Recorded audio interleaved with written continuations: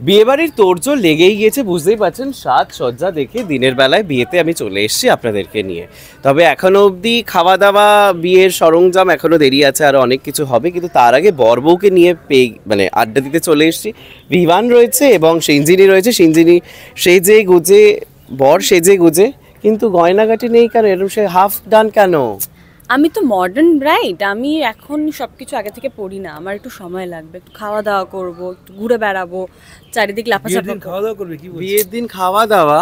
ও আচ্ছা, ওটা আবার মডার্ন ব্রাইড বলে, কত সব না না না না না, বিয়ের দিন খাওয়া দাওয়া করা উচিত না। আসলে আমরা শুটিং করছি তো, আমরা খেয়ে ফেলছি, আপনারা খাবেন না। এটা কি চলে আসবে যদি কিছু বলে? যারা রিয়েল বিয়ে করছেন তারা খাবেন না। না না, কি এই শুটিং এগুলো মানো? এগুলো সিরিয়াসলি মনে হয় যে ইটস লাইক না, কি বলো তো, এটা মানা না মানে, এটা বিশ্বাসের উপর। ভগবান প্রত্যেকটা কিছু, যেমন তোমার কাছে ধরো তুমি ভগবান মানবে না, আমি মানবে, এটা প্রত্যেকের বিশ্বাসের উপর এবং মন। হ্যাঁ, তুমি যদি মন থেকে ধরো তোমার প্রচন্ড খেতে ইচ্ছে করছে, কিন্তু বাইরে থেকে শুধু নিয়মের জন্য তুমি খাচ্ছ না, আমার মনে হয় সেটা কাজ করে না। মন যেটা বলছে এবং যেটা প্রথমেই মনে হচ্ছে সেটাই করা উচিত। যদি খিদে পায় তাহলে খাও, মন শুদ্ধ তো সব। কেউ কি রেজিস্ট্রি ম্যারেজ করে সুখী নেই?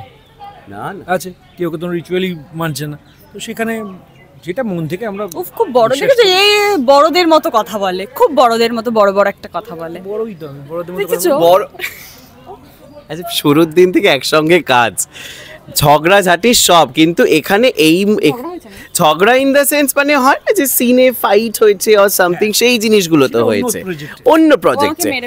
এবার সেখান থেকে আজকে এখানে বর বউ, ইটস লাইক প্রেম করে একেবারে গল্প এগোচ্ছে। সো কতটা বন্ধুত্ব তৈরি হলো সেখান থেকে এখনো অবধি? না দেখো, আমরা তো অভিনেতা অভিনেত্রী, তো আমাদের এক একটা কাজ করি, আমরা এক এক রকম ক্যারেক্টার প্লে করি, তো সেখানে কখনো অন্যরকম ক্যারেক্টার প্লে করতে হয়। আজকে এই সিরিয়ালটায় আমরা একটা অন্যরকম ক্যারেক্টার প্লে করছি, যেখানে আমরা একে অপরের অপোজিটে রয়েছি। তো ব্যাপারটা আলাদা হলেও ব্যাপারটা আমাদের কাছে একই, অভিনয় করতে এসেছি। সো অভিনয় করব এবং মানুষকে এন্টারটেইন করার চেষ্টা করি, যতটা মানুষকে করা যায় এন্টারটেনমেন্ট। সো সবাই দেখলে আমাদের এই কাজটা সাকসেসফুল হবে, আর কিছুই না। কালার কম্বিনেশন ভীষণ সুন্দর, দুজনকেই ভীষণ সুন্দর লাগছে। কারণ জেনারেলি বিয়েতে এই যে অনিয়ন পিলের কালারটা জেনারেলি হয় না, এই থিমটা কিন্তু ভীষণ সুন্দর। চারিদিকটাই দেখো এরকম, মানে কোথাও যেরকম বিয়ে হয় আর কি, লাল বেনারসি বা, সেইটা একদমই নয় এবং কোথাওই সেটা নেই। এটা আমার খুব ভালো লেগেছে। সেই আমি প্রথম যখন দেখলাম এই সেটটা এবং আমার কস্টিউম, এটা আমার বেশ অন্যরকম নতুন ধরনের লেগেছে। শুধু আমাদের না, আমাদের যারা ফ্যামিলি মেম্বারস রয়েছে তারা প্রত্যেকেই পিঙ্ক এবং হোয়াইট, আমার এটা ভীষণ ভালো লেগেছে। ভীষণ একটা বলিউড ব্যাপার স্যাপার যেরকম হয় না, এখন খুব কালার ট্রেন্ড চলছে, পিঙ্ক অ্যান্ড হোয়াইট, ওরকম একটা বিষয় রয়েছে। আচ্ছা, এখানে বৌমা তো হচ্ছে বাড়ির, খুব শীঘ্রই হয়ে যাচ্ছে বিয়ে, মা পছন্দ করেছে না? সেটা তো দর্শকরা জানে অলরেডি, মানে প্রথম এপিসোড থেকেই ব্যাপারটা নিয়ে নিয়ে। আমাকে নিয়ে কিন্তু আপত্তি নেই, আমার আপত্তি নেই, মানে পুরো ব্যাপারটা নিয়ে কারোর আপত্তি নেই, কিন্তু ওর ফ্যামিলি কিছু না, মানে ওর ফ্যামিলির কিছু কিছু মানে চিন্তা ভাবনা যেগুলো আমাদের ফ্যামিলির সঙ্গে ম্যাচ করে না, সেটা দর্শকরা আগেই দেখেছে আমাদের টিভির পর্দায়। তো সেখানে গিয়ে কিছু মতের ডিফারেন্সেস রয়েছে, তো সেটা ও আসবে, ও যেহেতু ওই ফ্যামিলিতেই বড় হয়েছে, তো সেটা প্রথম থেকেই এই গল্পে দেখানো হয়েছে যে ও কিছুটা হলেও বা আমার মানে যে স্বাভাবিক ব্যাপার, যে ফ্যামিলিতে আমরা বড় হই, তো সেটা ও আসার পরে কি হয় ইকুয়েশন আমার মায়ের সাথে ওর, সেইটা নিয়েও হ্যাঁ, তার জন্য অপেক্ষা করতে হবে, দেখতে হবে, আমরা নিজেরাও জানি না অ্যাকচুয়ালি। আর বিয়েতে মেনু কি থাকছে, কিছু কি খোঁজ পাওয়া গেছে? খাবার দাবার কবে কিরকম? প্রোডাকশন যা খাওয়াবে। আর তুমি এমনি বাড়ি থেকে খাবার দাবার এনে খাবে, এরকম একটা বিষয় থেকে আনা হয় বাড়ি থেকে? খুব জলদি খাওয়ার প্ল্যান আছে, সেটা আছে। খুব জলদি। কে বেশি ফুডি দুজনের মধ্যে? না, আমি খুব কম খাই, আমি খেতে খাওয়া খুব ছেড়েই দিয়েছে। না, আমরা মানে আমাদের কাজটা আজকে আমাকে মেকআপের দাদাও বলছিলেন যে দুটো বিস্কিট নিয়েছিলাম আমি খাবো বলে, আমি বললাম খেতে ইচ্ছে করছে না, বলছে তোমার খেতে কি হয়? বললাম ভাবি খাবো, তারপর আর খেতে পারি না। আমাদের প্রফেশনটা এমন, টিকে থাকতে গেলে একটু তো কন্ট্রোল করতেই হবে খাওয়া দাওয়ায়, না হলে তো আর বেশি মোটা হয়ে যাব, কাজ পাবো না, তখন আর এই ইন্টারভিউগুলো নেবে না কেউ।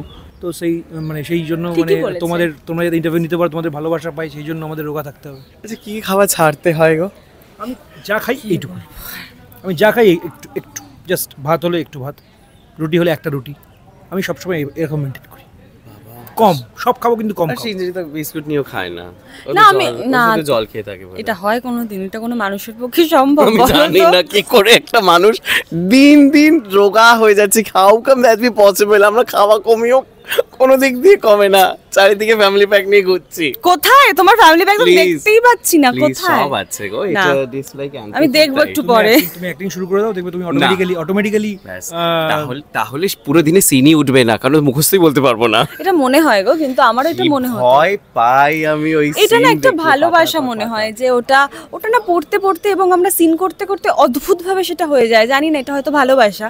আমরা কাজটা করতে খুব ভালোবাসি বলে আমাদের এরকমও হয়, সিনটা জাস্ট হাতে পেলাম আমরা ফ্লোরে চলে গেলাম, এটাই ম্যাক্সিমাম। আমি ভাবি কি করে এত বড় বড় সিনস মুখস্থ করে যে গড় করে ভাবে বলে জানো তো, দাও। ফ্লোরে ঢোকার পর এটা না অদ্ভুত ভাবে মাথায় বসে যায়। মানে কি হয়, সবসময় তো লাইন বাই লাইন মনে থাকে না, কিন্তু বিষয়টা আমরা বুঝে যাই, ফলে কেউ আমাকে পাশ থেকে বলে দিলেই আমরা ধরে নিতে পারি। এটা হয়তো কাজটা করতে ভালোবাসি বলে। ব্যাপারটা তো অবশ্যই কাজটা করতে যে যার কাজ করতে ভালোবাসে। তুমি সকাল বাড়ি থেকে যখন বেরো, ভাবো কি আমি কোয়েশ্চেন্স একদম, করবো, একদম। তো সেটা নিয়ে তুমি একটা মেন্টাল প্রিপারেশন নাও। তো আমরা মেন্টাল প্রিপারেশন নিয়ে কী করে আমি তাড়াতাড়ি মুখস্থ করে তার একটা কত ভালোভাবে অভিনয় করবো। তো যার যেটা কাজ সেটা আমরা প্র্যাকটিস করি মনে মনে, মাথায় মাথায়, তাই জন্য গিয়ে সেটা করতে পারি। ও বেশ এতদিন ধরে করছি সেটাই। আচ্ছা, শুটিং এর ফাঁকে সাপোজ হয়তো তোমাদের সিন নেই, কে টুক করে ফ্লোরে জাস্ট একটুখানি পাওয়ার ন্যাপটা নিয়ে নিতে পারে দুজনের মধ্যে? না, আমি ঘুমাই না, মানে খুব একটা, আমি সবসময় এনার্জেটিক থাকি। আমি ফ্লোরে, আমি যেহেতু লেন্স পরে থাকি বলে আমি ফ্লোরে ঘুমাতে পারি না, কিন্তু আমি মেকআপ রুমে একটা ছোট জায়গা করে একটু ঘুমিয়ে নিই, চেয়ারের মধ্যে ঘুমিয়ে পড়তে পারি আমি। মানে ওটা জাস্ট ওটা একটা মানে না কোয়ালিটি। এই ঠিক আছে, একদম, হ্যাঁ একদম, ওটা আমি পারি। একটা চেয়ারের মধ্যে গুটি শুটি মেরে ঘুমিয়ে যেতে পারি আমি। মানে এটা একটা কোয়ালিটি বলা যেতে পারে। কিন্তু বাড়িতে থাকলে ঘুম আসে না, মানে- এটা অদ্ভুত ব্যাপার। বাড়িতে থাকলে আমার ঘুম আসে বাড়িতে না। থাকলে কার কথা মনে পড়ে যে ঘুম আসে না? কি বিভান ভ্যালিড প্রশ্ন। সেটা ও বলতে হবে, ওর একদম ব্যক্তিগত ব্যাপার। তো সেখানে বাট সিরিয়াস না প্রশ্ন, খুব সিরিয়াস। ওকে মজা করে প্রশ্ন করলে সিরিয়াস বিবান্দা একদম। তাই দেখছি।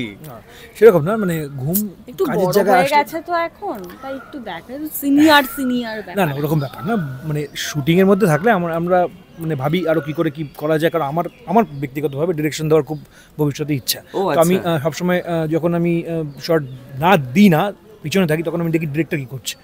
এটা আমার ডিরেক্টর হলো বলতে তুমি হবে। আমাকে তখন কাজে তুমি কি কিছু কি কথা চলছে, কাকে কাস্ট করছো বা কিছু কি গল্প? ফিউচারে আমার প্ল্যানিং রয়েছে, তো তার জন্য তো শিখতে হবে, তার জন্য তো জানতে হবে। তো সেই শেখাটা আমি আমার শুটিং করার ফাঁকে ফাঁকে সেটা আমি করে থাকি। হবু বউ বলছে আমি আমাকে অবশ্যই আমাকে ও খুব ভালো অভিনেত্রী। ও হয়তো আমার অফার দিতে গেলাম, ও হলো অ্যাপয়েন্টমেন্টই দেবো না, আমার ম্যানেজারের সঙ্গে কথা বলো। তো এরকমও হতে পারে, তখন ম্যানেজার ডেট দেবে কি? ব্যাপারটা এরকমও হতে পারে। তো কখন কি হয় কিছু বলা যায় না। ঠিকই। আচ্ছা, আগামীতে কি আসছে এই ধারাবাহিকে যদি একটু আমাদের দর্শকদেরকে বলে দাও দুজনে। আসছে হচ্ছে আমাদের বিয়ে হচ্ছে, আমার সাথে বিবানদার বিয়ে হচ্ছে, আর আমার সাথে রুদ্র পলাশের সাথে বর্ষার বিয়ে হচ্ছে। প্রচুর ধামাকা আসছে, প্রচুর প্রচুর প্রচুর কিছু আসছে, এবং বিয়ের পর আরও কী কী হবে, প্রচুর ধামাকা।